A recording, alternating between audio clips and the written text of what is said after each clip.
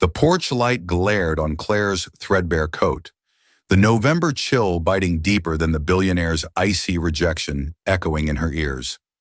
"I used to be his daughter," she whispers to the stranger, who opened the door, a man with grease under his fingernails and weariness clinging to him like a second skin.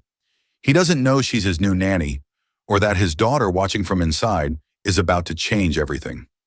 Before we dive in, drop a comment with where you're watching from, and don't forget to hit subscribe for more videos like this. Let's begin. Asterisk, asterisk, Jacob blinked once, then twice, trying to make sense of what he had just heard. He was bone-tired, his shirt stained with oil, his muscles stiff from 12 hours under hoods and engines. And now this. His 6-year-old daughter Emily peeked out from behind his leg, clutching her stuffed rabbit to her chest, eyes wide at the sight of the stranger on their porch. Jacob's voice came out, harsher than intended. "Who are you supposed to be?" The young woman straightened a little, though her knees trembled as if they were seconds from giving out. "My name is Claire Donovan. I answered your ad for a nanny. But if this was a mistake, if you don't want me here," her throat bobbed as she tried to swallow her pride. "I'll go."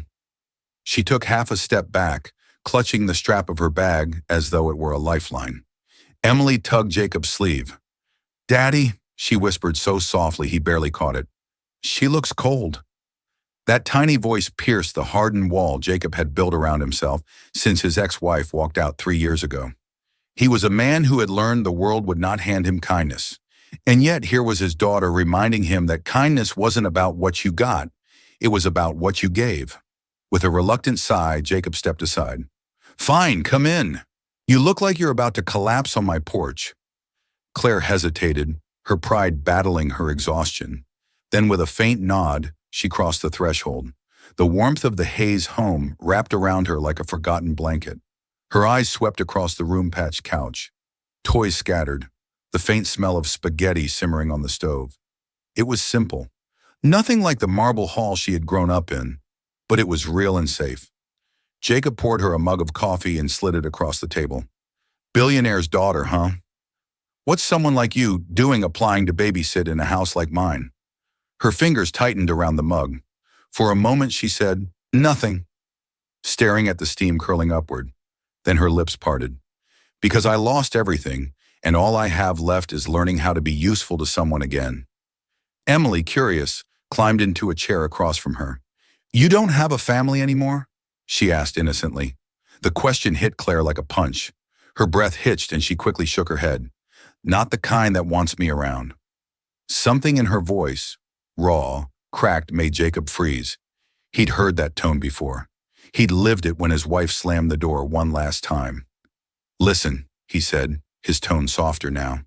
"I don't know what's true or not about your past, but I do know one thing. You're not sleeping out in this cold tonight." Her head jerked up, eyes glassy. "Why would you trust me?" "I don't," Jacob admitted flatly. "But my daughter's right. You look cold, and she's got a bigger heart than I do." Claire glanced at Emily, who smiled shilly and slid her stuffed rabbit across the table. "You can borrow him," the little girl whispered. "He helps me when I'm sad." Claire pressed the toy to her chest, and for the first time in months, she felt something that didn't sting it. "Soothe the dot." Jacob leaned back, arms crossed, studying her carefully. He didn't need a spoiled heir with secrets shadowing her eyes. He needed someone steady, reliable.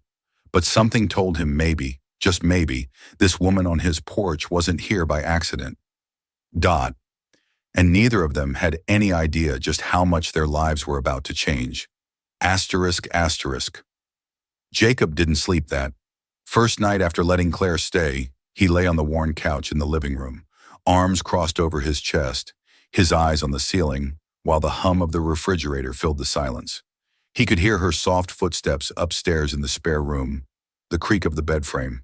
As she shifted restlessly, he told himself he was a fool. What kind of man let a stranger into his home, into his daughter's world? But every time he replayed her face in the glow of the porch, light pride, cracked indignity, bleeding, he remembered how close she had been to collapsing. Morning came early. Jacob was already frying eggs when Emily patted down the hallway. In her pajamas, behind her came Claire, hair tangled, eyes swollen from a night without rest. But she walked in with her shoulders squared as if daring the day to break her. "Coffee?" Jacob asked, keeping his tone neutral.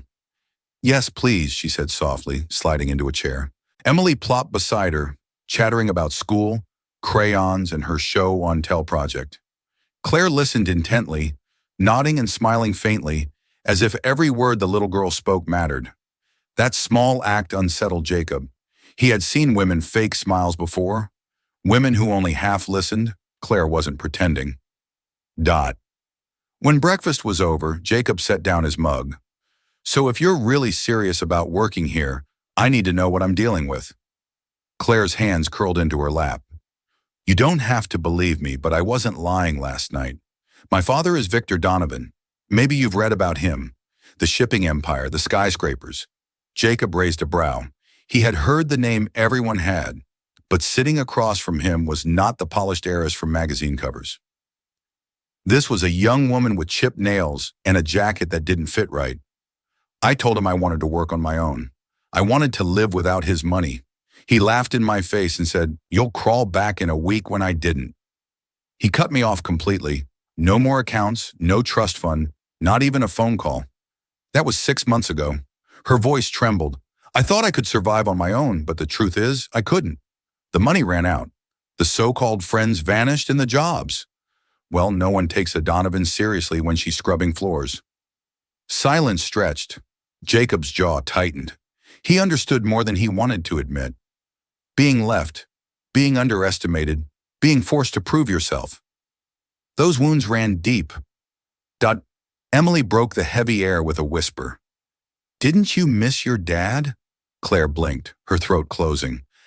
"I missed the idea of him, but the man he is now." "No." Jacob exhaled slowly. He wasn't sure if she was delusional or brutally honest, but he did know she was broken in ways wealth couldn't fix. "Here's the deal," he said finally, his voice firm. "I don't need a nanny who can't handle the work. My daughter's my whole world. If you want to stay, you prove yourself. You don't get special treatment. And if I catch you lying about anything, you're out." Claire lifted her chin, the faintest fire sparking in her tired eyes. Fair asterisk asterisk. That day she threw herself into the role as if her life depended on it. She cleaned dishes without being asked, walked Emily to the bus stop with Jacob, then stayed behind the full laundry. She didn't complain when the vacuum sputtered or when Emily spilled juice on the rug, but Jacob noticed the cracks. She froze when a luxury SUV rolled by the street as though afraid someone inside might see her. She flinched when he raised his voice at the television during the news, and twice he caught her staring at her reflection in the window, eyes glassy as if trying to remember the girl she used to be. That evening, after Emily was asleep, Jacob walked into the kitchen to find Claire sitting at the table, scrubbing stubborn stains out of Emily's school uniform. She didn't notice him at first. Her shoulders were hunched, her lips pressed tight, her eyes fixed on her hands. "Asterisk. You don't have to do that tonight," Jacob said quietly. Her head jerked up, startled. Then she shook her head. "I need to. I have to feel like I can contribute. You've already done more than enough." Her hands stilled, and for the first time that day, the mask cracked. Her voice was barely a whisper. "I don't deserve your kindness." Jacob leaned against the counter, arms crossed. "Kindness isn't about deserving. It's about needing." Her eyes shimmered with tears. She refused to let fall. "If you knew the things I've said to people, the way I look down on them, you wouldn't be saying that." "Maybe, but I don't care who you were," Jacob said steadily. "I care about who you are right now, and right now you're trying. Risk." She swallowed hard, her shoulders shaking. For months, every door had slammed in her face. And here in this modest kitchen, a man with oil-stained hands and exhaustion in his eyes was offering something she hadn't felt in years. "Grace," Jacob stepped closer, lowering his voice. "But I'm warning you, Claire, don't break my daughter's heart. If you can't stay, if this is just a game for you, leave before she grows attached." Claire pressed the uniform to her chest, her voice ragged. "It's not a game. I don't have anywhere else to go, and I don't want to." For the first time, Jacob saw the flicker of truth, Not the billionaire's daughter, not the runaways, but a woman stripped bare of everything except the will to belong somewhere again. He sighed, running a hand through his hair. Then prove it. Show me you're more than your last name. She nodded, jaw set, though her hands still trembled. I will. And in that fragile promise, in that dimly lit kitchen, two broken lives quietly began to knit together, though neither of them had the faintest idea just how tested that promise would soon be. Asterisk. The days turned into weeks, and Jacob found himself watching the transformation unfold before his eyes. Claire, the girl who once stood shivering on his porch with nothing but pride and a worn leather bag, was slowly becoming part of their home. Dot. At first, Jacob thought it was temporary. She'd stay until she found her footing, then disappear like everyone else who had passed through his life. But it wasn't like that. Claire didn't just perform the duties of a nanny. She poured herself into the role with a determination that bordered on desperate. She braided Emily's hair in the mornings, learned which bedtime stories soothed her, and even stitched the hole in her stuffed rabbit as if it were the most important task in the world. Yet Jacob also noticed the nights. Nights when he'd wake for a glass of water and see the light under her door still glowing. He'd peek inside to find her hunched over borrowed library books, child psychology guides, cookbooks, budgeting manuals. She was teaching herself how to survive, page by page, lesson by lesson. One Friday evening, Jacob came home later than usual. Work had been brutal, and his muscles screamed for rest. But as he pushed open the door, he froze.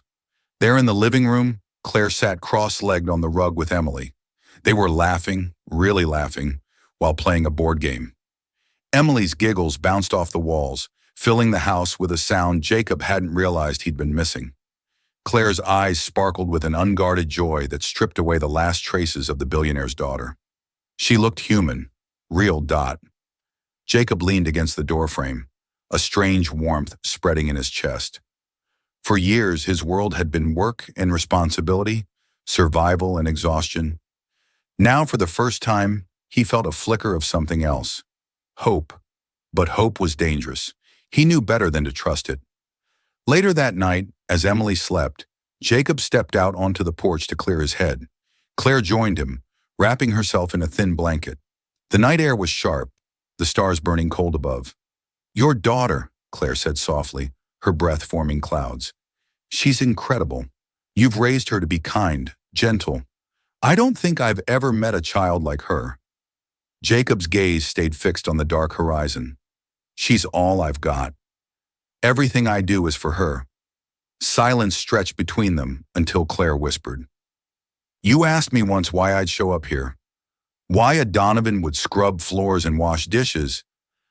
Do you really want to know? Jacob turned, studying her profile, the way the moonlight traced the slope of her cheek. The sadness in her eyes she tried to bury. I wouldn't have asked if I didn't.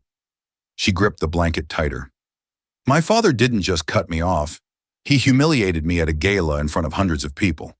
He announced I was a disgrace, that I had no ambition, that I'd never amount to anything without him. The crowd laughed, and I stood there frozen, trying not to let them see me break. Her voice cracked. I walked out that night and never went back, but sometimes when I close my eyes, I still hear them laughing. Jacob's chest tightened. He knew humiliation. He knew what it meant to have the world strip you down to nothing. You're stronger than you think, he said quietly. She gave a bitter laugh. Strong? I've been living unbared kindness. If you hadn't opened that door. Her eyes shone with unshed tears. I don't know where I'd be. Jacob's hand itched to reach out, but he clenched it into a fist, at his side. Everyone deserves a second chance, Claire. Even you. The words lingered in the night air, heavier than either of them expected. The following week tested them both. Emily came home from school in tears after some kids mocked her for not having the latest sneakers. Claire held her, whispering softly, then took her hand and marched her back to the store where those kids had laughed. Claire knelt down and told Emily in front of everyone, don't ever think you're less because of what's on your feet. You're worth more than all their shoes combined. Emily's chin lifted, her tears drying. Jacob, who had been ready to storm into the school, stood frozen, watching Claire fight his battles in a way he never expected. That night, he finally admitted to himself what he'd been avoiding. Claire wasn't just a guest. She wasn't just a fallen A's. She was becoming family. Dot. But with family came fear. Fear of losing it all over again. One evening, as Claire tucked Emily into bed, Jacob overheard his daughter whisper, "I wish you were my mom." The words pierced him like a blade. He retreated to the kitchen, his mind racing. Could he trust Claire with something that sacred? Could he let his guard down when his daughter's heart was already in her hands? Later, when the house was quiet, Jacob confronted her. "Emily called you mom tonight." Claire froze, her face pale. "Jacob, I didn't tell her to." "I know." His voice was low, strained. "But do you understand what that means? She's letting you in. And if you walk away," his throat tightened, "she won't recover. Neither will I." Claire's hands shook as she reached across the table. "I don't want to walk away. For the first time in my life, I feel like I belong somewhere, like I matter. Please don't push me out." Jacob searched her eyes, looking for cracks for deception. All he found was fear and truth. And slowly his walls began to crumble. "Then stay," he said hoarsely. "Stay and prove to me and to her that you're not going anywhere." Tears finally slipped down Claire's cheeks. But this time, they weren't only born of shame. They were tears of relief, of hope, of something new being built out of ruins. Dot. In that moment, Jacob realized something he hadn't dared to believe in years. Maybe kindness didn't just save others. Maybe it could save him too. Dot. And under that modest roof, in the quiet of an ordinary home, a broken billionaire's daughter and a weary single dad began to piece together something extraordinary family.